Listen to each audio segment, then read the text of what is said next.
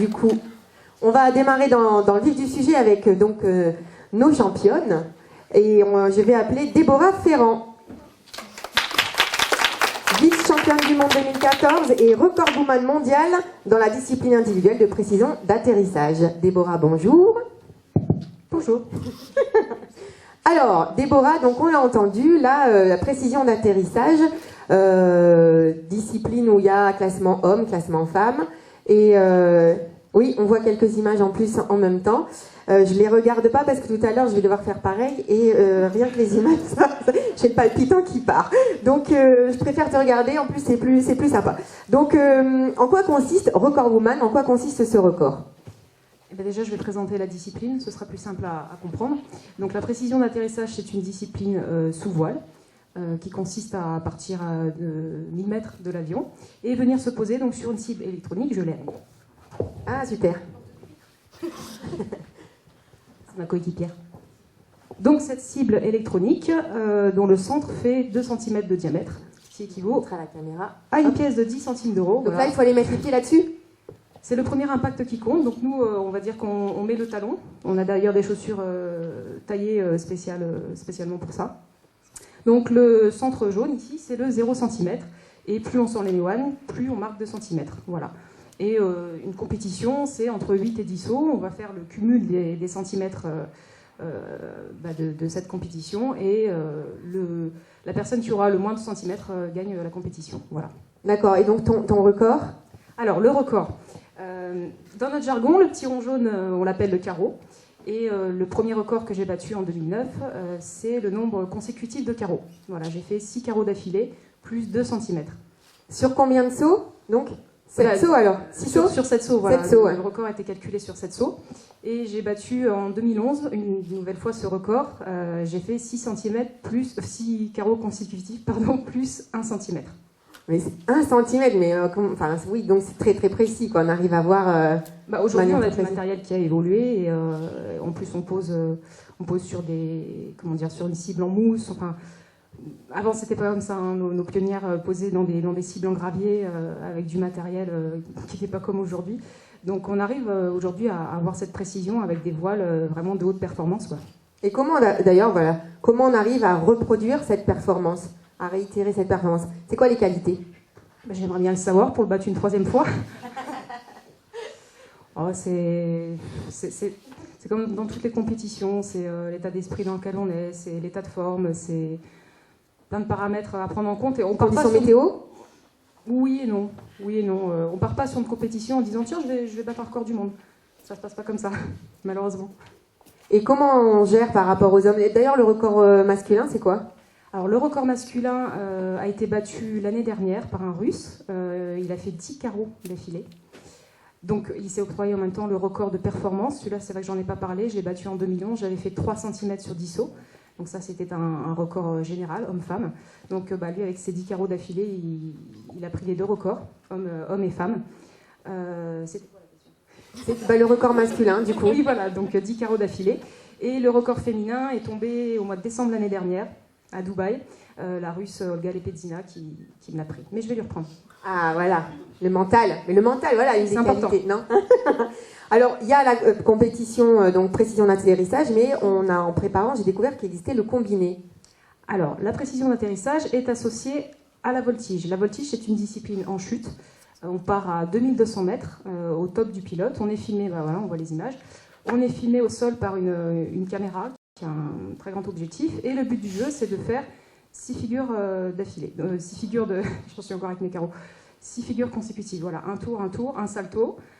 Un tour et un autre salto. Le tout en un minimum de temps. Et le jugement est fait en fonction du chronomètre et du respect des axes de référence. Donc le record du monde actuel chez les hommes est de 5 secondes 18 pour faire 6 figures. Donc autant dire que ça va très très vite. Et le record féminin est à 6 secondes 01, si je ne me trompe pas. Et là, cette différence, elle est due à quoi? Je pense qu'on peut faire entrer en ligne de compte, même si Christian n'était peut-être pas trop d'accord tout à l'heure, je pense que la morphologie entre quand même en ligne de compte, au moins pour cette discipline. Voilà. Et le combiné, donc, est calculé en fonction de la place en PA et de la place en voltige. On additionne les 2 places et ça donne une place au combiné individuel du meilleur dans les 2 disciplines. Alors, on va accueillir ensemble la coéquipière, hein, Stéphanie Texier. Reste avec nous, Déborah. Ouais. Venez, n'ayez pas peur, là vous êtes dans le coin. Voilà, ouais, non, mais c'est bien. Tu peux la garder, c'est bien aussi. Alors, Stéphanie, membre de l'équipe de France de précision d'atterrissage, et aussi championne du monde 2012 en vol relatif à 4 féminin. Donc là, il y a la discipline individuelle. Bon, il y a un peu d'équipe avec le combiné, j'ai compris ça. Et puis le vol relatif à 4, et c'est équipe pure. Donc là, on a vraiment les 2 disciplines, individuelles et par équipe. Et j'aimerais savoir, en fait, qu'est-ce qui te plaît dans ces 2 disciplines?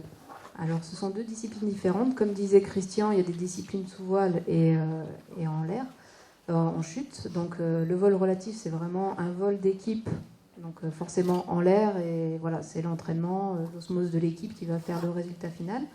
Et ensuite, la précision d'atterrissage, même si c'est une discipline individuelle, on a un classement donc équipe. On sort à 5 de l'avion.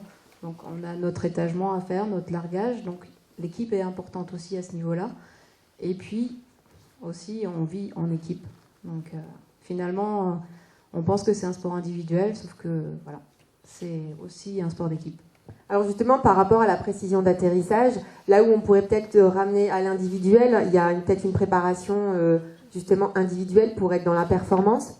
Oui, on est tenu de se préparer physiquement, mais aussi mentalement, peut-être même plus que dans d'autres disciplines, puisque sous voile, on est tout seul et on est notre propre ennemi. Donc du coup, il faut qu'on soit sûr de nous, il faut qu'on soit pas stressé, pas comme aujourd'hui, quoi. Parce que ça, c'est ma petite vente personnelle. Vous avez peur là, hein, devant le micro, devant la caméra. Moi, ça sera après. On n'est pas préparé à ça. Donc, on se prépare mentalement pour être au top de notre forme, justement, pour battre des records et pour être championne du monde, quoi. Et donc, parce qu'en fait, si on est dans le doute au moment de l'atterrissage... Ah oui, ça se ressent? Ah non, mais là, c'est carreau, il n'y a pas le choix. Ah non. Et comment vous faites pour voir aussi loin cette petite cible? Au départ, on voit la globalité de la cible. Elle est quand même un peu grosse, la cible en mousse. Après, il y a le système électronique. Au fur et à mesure qu'on se rapproche, on la voit. Puis on a des bons yeux.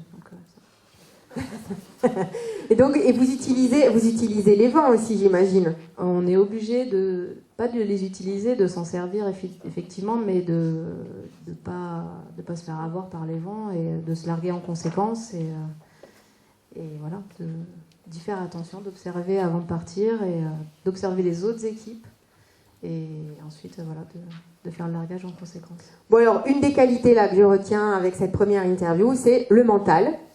Esprit d'équipe, important aussi pour gagner, pour être ensemble, même si c'est précision d'atterrissage.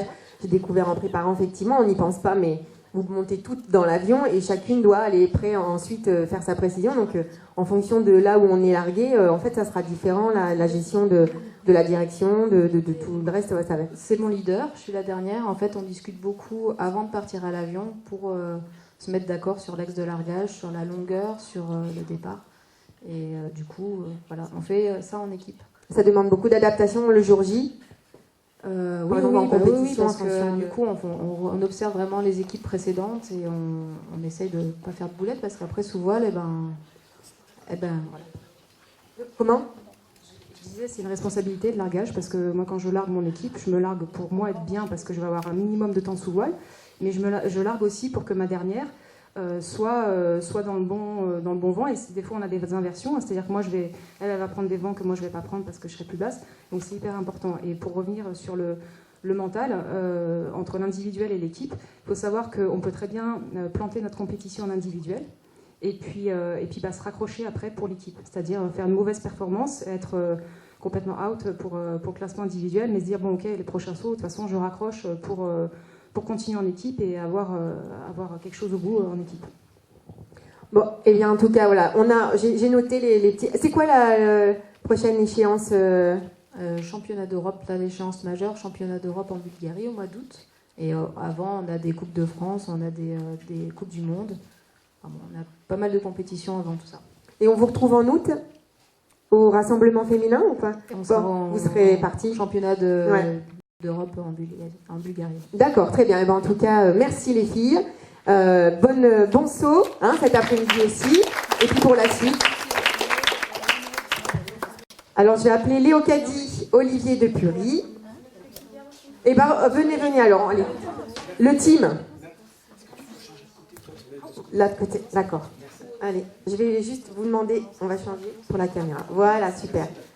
Alors Léo Caddy, vice-championne du monde junior 2014 en voltige, c'était en Bosnie. Tout à fait. Voilà. La plus jeune de l'équipe, puisqu'encore junior, est toujours étudiante, hein, au prix d'une rigoureuse organisation entre les études et l'entraînement. Alors on va aborder justement, vous avez toute une carrière professionnelle ou étudiante. Là tu as quel âge, Léo Caddy? J'ai 22 ans. 22 ans. Et tu fais quoi comme études? Je suis en 2e année d'études infirmières. Ah, et c'est où? Sur Marseille. D'accord. Donc là c'est difficile de sauter là-bas? Sur Marseille? Oui. Ben, on a un petit club sur Aix-en-Provence, mais tout ce qui est entraînement se fait principalement ici ou dans d'autres grands centres dans la France. Alors comment on arrive à organiser sa place en équipe de France, le temps parce qu'il faut sauter pas mal de fois, et les études, comment ça se passe? C'est une grosse organisation, c'est-à-dire que normalement un sportif de haut niveau peut avoir des aménagements d'emploi du temps. Moi, en l'occurrence, je suis dans une école privée qui n'accepte pas cet aménagement. Donc, il faut que je leur prouve qu'au niveau scolaire, entre guillemets, au niveau des notes, je sois au top.